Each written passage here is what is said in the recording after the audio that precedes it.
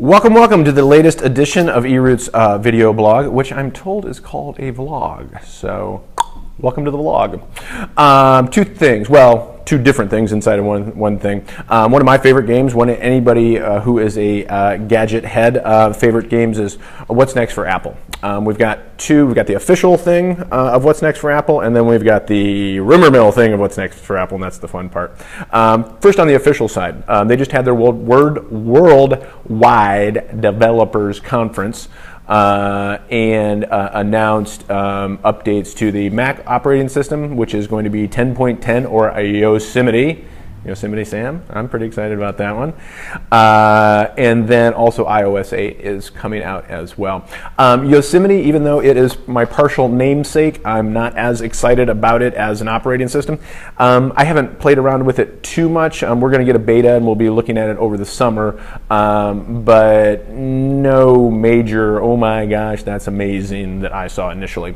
The iOS 8 update, however, is a little more interesting in that it rather than any particular feature that it's releasing, it represents a move towards openness, which is kind of not been Apple's thing. Ever since the days of Jobs and Wozniak, they've always said, hey, we're going to build really great stuff, but you can't really tinker around with it too much. iOS 8 is starting to change that a little bit in the sense you're going to be able to, apps are going to be able to talk to one another. So if someone makes a really great keyboard or voice recognition application, you can use that across apps on your device, which that's new, potentially really significant, not right out of the box, like going to make it, but once some developers catch up with that and things like that. So both those things are probably going to be coming out, well, definitely coming out in the fall.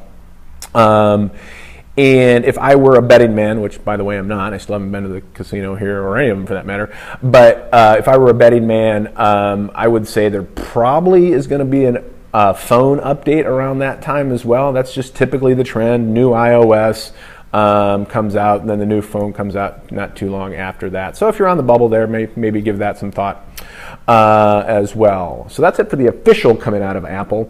The unofficial coming out of Apple has to do with a vlog that we did a couple months ago about wearables. This is a space that's developing and that's growing. There's a lot of players in it. One notable absence is Apple. There is no question that they are going to be getting into this space. It really is just a matter of time.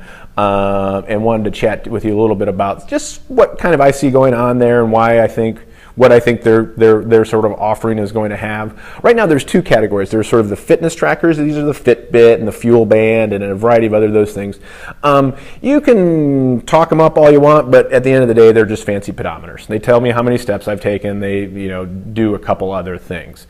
From a functionality standpoint, one step up from there is the smartphone connected smartwatch, which this connects to my phone and I can see incoming calls, I can get text, I can look at email, but it has to be connected to my smartphone. And these devices are less than perfect right now, and that's kind of typically an indicator of what's going on. Oh, also these devices have just started doing heart rate. So that if I got where I can look at my heart rate throughout the day, which is cool for fitness buffs and things like that. As far as what Apple we think is going to do, there's a couple things going on that sort of prognosticate their entrance into this market space. One is they typically looking back to thinking about when smartphones were coming out. Before the iPhone, there were smartphones. They all kind of sucked. Not that the iPhone was, oh my gosh, amazing. It really was. It was pretty impactful. People caught up pretty quickly, but usually Apple kind of says, okay, let's see what some other people are doing, and they tend to hold their cards until they've got a great hand. So I think they're going to do that in this case as well. Another thing that is going on is a lot of their hiring decisions internally at Apple have been really interesting. One, no big surprise, they're hiring fashion designers because they want to get the aesthetics and the sort of curb appeal, so to speak, if you will, of this thing, where people are going to want to have that sucker on. Right now, I'm not really a super fashionista, so I don't mind having a big, which essentially is a big rubber band hanging around my wrist. mainstream America, they want something nice that probably changes, that goes with their outfit, that whatever. So that's interesting. The more interesting thing to me is the hires that they have been making in medical sensor technology. As I mentioned, these guys can do heart rate, but what else can we get in order for the iWatch to be a truly impactful, disruptive device? It's gonna have to go further. One, I think it has to be a standalone device. So it can connect and tether to my iPhone, but it doesn't have to. If I want to go for a run, I don't need to have my iPhone on me. I can just have the iWatch. It needs to have some good functionality without being connected to the iPhone. The other thing is those med tech sensor hires. The thing that really interests me is I've been doing a little reading and research about sweat. Yeah, exactly. And what all is in sweat. And there's a lot of interesting stuff in sweat, everything from glucose to cortisol. So just eating those two chemicals, glucose, you could say, what have I been eating throughout the day? Cortisol, how stressed am I throughout the day? To me, that gets me really excited if I can have something that says, wow, your day was 7% more stressful, less stressful, whatever. All of these things very, very, very much in the nascent stages.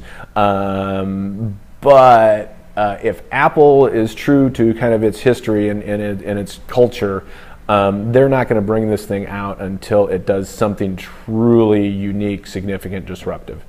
So when's that going to happen, Sam? Your guess is as good as mine. Well, my guess might be a little better, but not much. Two things. One is they may come out with it. There are plenty of people said, hey, it was supposed to be out in 2013. So it's kind of late, so to speak. So you might see it in the third quarter of 2014. Because this will be Tim Cook's first big release after Steve.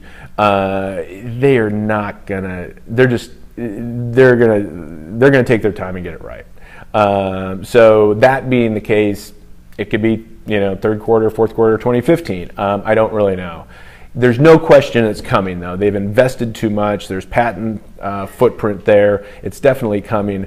As far as when should you race off to your E-Trade account to buy more Apple stock? I don't know. Sorry. But it is fun to talk about. Questions, comments, always welcome. Give us a shout here at the office. Shoot us an email in response to this. And to all our customers and friends out there, thanks. I just really appreciate it and love to do what I get to do every day because of you guys. So thanks again, and we will talk to you soon. Hopefully about the iWatch.